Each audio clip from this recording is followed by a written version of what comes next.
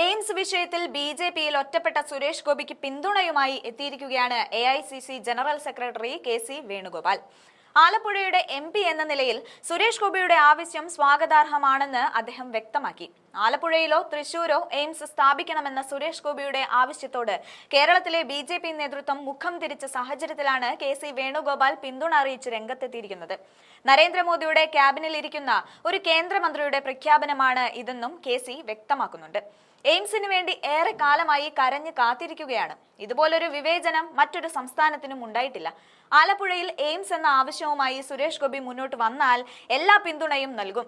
ആലപ്പുഴയിൽ സ്വകാര്യ മേഖലയിൽ പോലും പ്രധാന ആശുപത്രികളില്ല.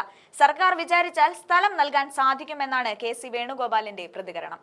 അതേസമയം എയിംസ് സ്ഥാപിക്കേണ്ടത് ആലപ്പുഴയിൽ തന്നെയെന്ന് കടുംപിടുത്തം തുടരുന്നതിന്റെ കാരണം സുരേഷ് ഗോപി തന്നെ വിശദീകരിക്കണമെന്നാണ് ബി.ജെ.പി ആലപ്പുഴ ജില്ലാ നേതൃത്വം ആവശ്യപ്പെട്ടത്.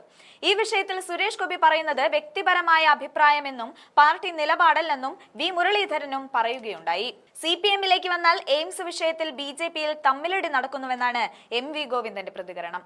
കേരളത്തിൽ എവിടെയായാലും എയിംസിനെ സ്വാഗതം ചെയ്യുമെന്ന് കേരള ബി.ജെ.പി നേതൃത്വത്തിന്റെ പൊതു നിലപാട് ചോദ്യം ചെയ്യുന്ന രീതിയിലുള്ള സുരേഷ് ഗോപിയുടെ തീരുമാനം തന്നെയാണ് ബി.ജെ.പിയിൽ അമർഷം ഉയർത്തിയിരിക്കുന്നത്.